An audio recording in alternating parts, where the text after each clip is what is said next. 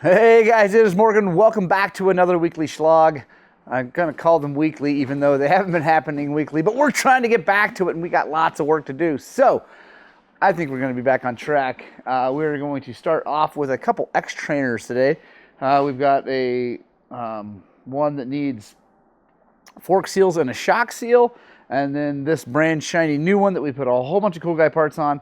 Finally gonna have the part from Mako 360 to finish it up. So super excited, but first and foremost, we gotta make some coffee.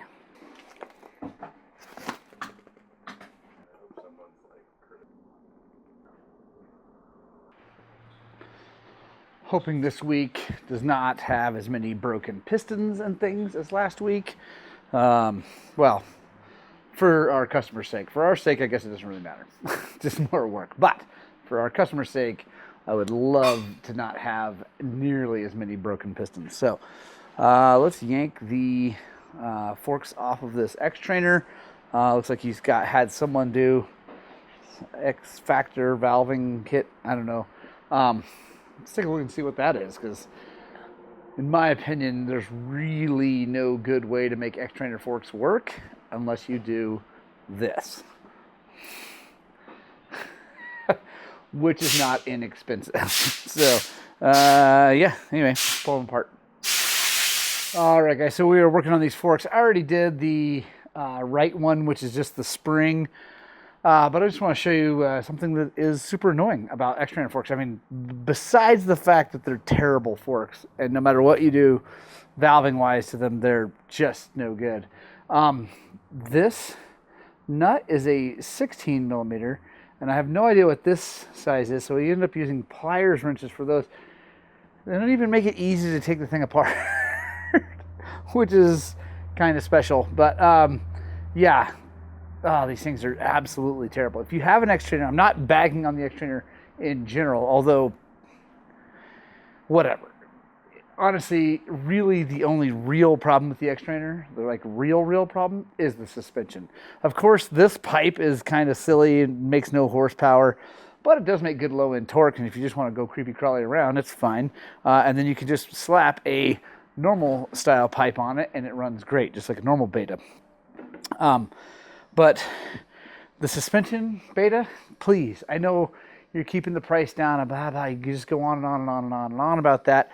But you can keep the price down and put some old open chamber KYBs or old open chamber WP on it. It would be so much better. And I swear they blow out all the time. Seals blow, especially the shock. The shocks are... Anyway, shock's coming up next, so we'll get to that next. But I just want to share my frustration with X trainer stuff. It's just not good. All right, guys, got the Beta all done. The X trainer that we've been waiting on some parts now for quite a while, but we got it all done. Massive thank you to Lance at XC Gear for getting us all those parts.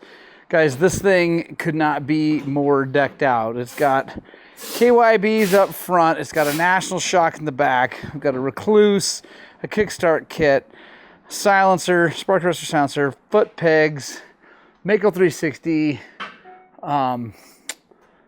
Scott steering stabilizer, SC2 smart carb. Let's see. I don't know. There's literally a massive stack of parts on this thing. Oh, radiator hoses. Got rid of the old T-piece. Just, man, pretty much everything you could possibly. Renasco seat. Pretty much everything you could possibly do in an X trainer, except the pipe. Yeah, I know a lot of you guys are probably noticing that. It still has the stock pipe on it. That's because this gentleman's an older guy and he wants to try it with the stock pipe, the slow pipe, because that is his RR that has a normal pipe on it, obviously, and that's his Go Fast bike. So he's going to leave that set up for that, and then this is going to be his like putt slow bike. And yeah, I'm excited. He will be back in town hopefully pretty soon to pick this thing up. So it is all done. The other X trainer is all done. So we are done with Betas for a little while, at least. So now I'm going to be filming a video installing this, the Fishmoto, tonight at my house, putting that on my kid's YZ250. He is balking at that because he's hilarious. We're going to put it on there anyway. I think he's actually going to enjoy it. So make sure you stay tuned, subscribe, all that stuff, so you don't miss that video. If you've watched some of Cody Webb's stuff, he had problems with it, but I know what happened. Fish knows what happened. Cody knows what's happened, and it wasn't Fish's fault, so I'm excited to get this thing on there and actually really beat the crap out of it. My kid, if you know Ewan, or if you've watched any of the videos with him riding, he is hard on equipment. So if anyone could break it, it would be him. So we are going to get that on there, get that tested out very soon, and yeah, we'll get on to the next job. All right, guys, next on the lift is this little YZ250. We are checking jetting, doing a full service, so oil change, air filter, stuff like that. I just wanted to share with you the jetting that I ended up on. It ended up being, we went to a 135 with a stock pilot, whatever, 48 I think is what the stock pilot is. And then the needle in this thing was like in the number 4 position. Anyway, it's like 1 from all the way down. I don't know if there's 5 or 7. I'm sure it's 5. So it's like number 4 position, went back up to the number 2 position. The thing runs really good. I'm not gonna fire it up right now, but trust me, it runs good. So yeah, if you got a YZ65, you're living in at 5,000 to 6,000 feet. That seems like a really good recipe. Seems like it's really, really good. Now, we also repacked the silencer. It was disgusting. Let me see if I can find the packing. Ugh, there it is. Disgusting. It probably weighed an extra, no joke, like an extra pound and a half with that packing in it. It was just completely soaked with oil. So yeah, anyway, that's all good to go. Here pretty soon, I'm going to be putting my Astra bars on my WR. And guys, comment below if you want me to do a bike setup video. Kind of what I do to set up a bike, not like how I set my bike up. Let me know in the comments if you want that. I don't know. Some people do, some people don't. If enough of you say yes, then I will do it. So yeah, I gotta check the coolant and we'll get this thing off the lift and on to the next job. All right, guys, next on the lift is this TPI KTM. Our friend Tom Lynn was riding with these folks and they put a top end on it. I guess to do a top end. Anyway, no big deal. But when he's doing the top end, he broke this. This is the water temp sensor, engine temp sensor. He broke that, put it all back together, and then after that it smoked really bad and like wouldn't clear out. And when you'd run it, it would like, you'd kill it and you'd hear the oil pump going tick, tick, tick, tick, tick for a little bit. So I don't know, they diagnosed it, I hope, and they were coming this way to ride at Peach Valley anyway, and so they overnighted a new temp sensor, and they had talked to a KTM dealer and a voltage regulator. So theoretically, that's what's wrong with it. You know, I don't love doing that, but I do love trying to help people out. So we're going to try to get them going, and we're just going to cross our fingers that this is what's wrong. But unfortunately, I have to drain the coolant to do this job. That's kind of a bummer. Yeah, anyway, so I'm gonna drain the coolant. We're gonna put that new sensor in, plug that all in, get the new voltage regulator. I've unhooked the battery. That's one thing they probably should have done, because he thinks that when he broke this and it arced, you know, it made it shorted or something like that. It caused that to cause the voltage regulator. Like, all this just doesn't sound to me like what's the problem, but we're going to give it a shot anyway. So I've unhooked the battery, the negative terminal of the battery, so that's out of the system.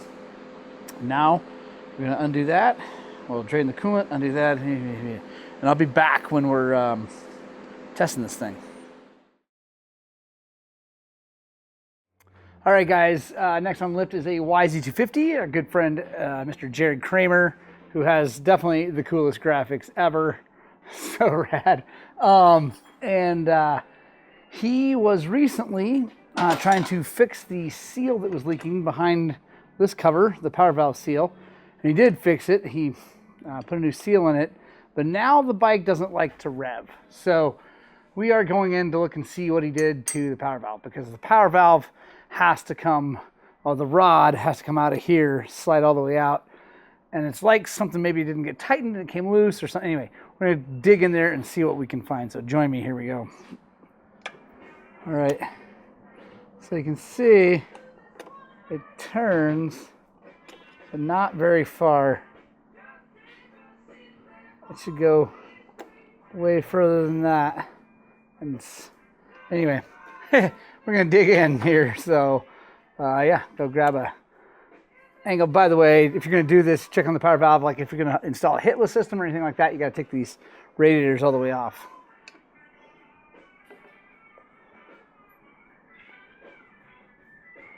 You know what can happen is when you're tightening these down, if you don't have it all lined up just right and you tighten that down, it can actually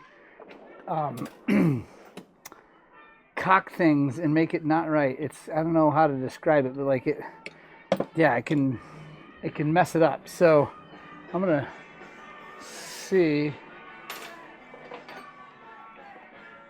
There we go.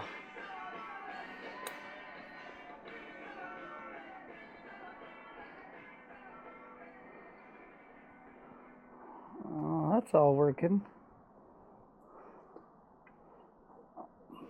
All right, guys, so there doesn't seem to be anything wrong with the power valve. I was hoping, expecting to see something loose laying around. It moves just fine. I don't feel anything weird. I also know that on these, if when you're tightening them up, you can kind of get them off and then they don't move well, but it's moving great. So I think Jared did a good job with that, but he didn't do a top end or anything, so it's not like he took anything else apart. It was just that. So yeah, we're gonna have to figure it out. I'm gonna put it back together. What I'm gonna do is I'm gonna put it back together, and I'm actually gonna leave this cover off, with the pipe on. We'll fire it up like that and make sure this is moving all the way and opening all the way. If that's working, then I don't know. Next thing's next. Exhaust, I guess, maybe would be a thing, although, I mean, it's an FMF turbine core. They usually don't clog or anything. It's an FMF pipe, so yeah, I don't know. But it's a head scratcher, boys, but we'll figure it out. The cams, just to like, or the cams, just to make sure it wasn't, you know, binding up, and it's not. It's moving just fine. I took it for a ride. It's definitely still doing it. I found that the spark plug had, where is that little sucker? So here's the plug. This little cap was loose, still is loose. I thought, oh, well, that would do it. You know, if it like gets that high up in the RPM and it starts, you know, vibrating and not making good contact with loose spark. And it's kind of what it seemed like. It almost seemed like a rev limiter. And so I put a new plug in it, made sure that was tight. It ran, it actually cleaned out for a second and then started doing it again. So I think it's a spark thing. I think it might be the stator. Unfortunately, we are leaving for a race like right now. So I need to get going. I'm not going to have this thing ready. Unfortunately, this guy is also hoping to race, but he's got another bike, so he'll be racing his other motorcycle. But yeah, bummed out that we didn't get it done for him. You know, that's what happens late in the game when you know, right at the bell. So anyway, that's going to be the end of it for this week in this Shlog. Thank you guys so much for joining me. Make sure you use the links in the description to buy anything that you need to buy from Rocky Mountain or any of those guys, but also please make sure you shop local first. Keep these small local shops open. That's what keeps this sport rolling. And as always, guys, I desperately hope that what we're doing here is inspiring you guys to work on, but more importantly, get out and ride your dirt bikes. There it is. I have a Beta 390 over here that's had, what was the complaint? Oh, what did you say? You knew it wasn't great,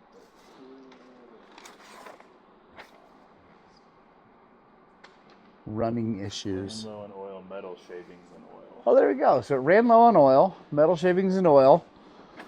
This is what happens. Head junk.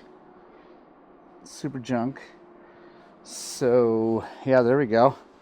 Cams junk. It's nice that they put big bearings over here. No bearings here. None. That's not Beta though. That's all of them. Yeah, that's gonna be expensive. What's this look like? Doesn't matter what brand of bike you have to keep oil in it.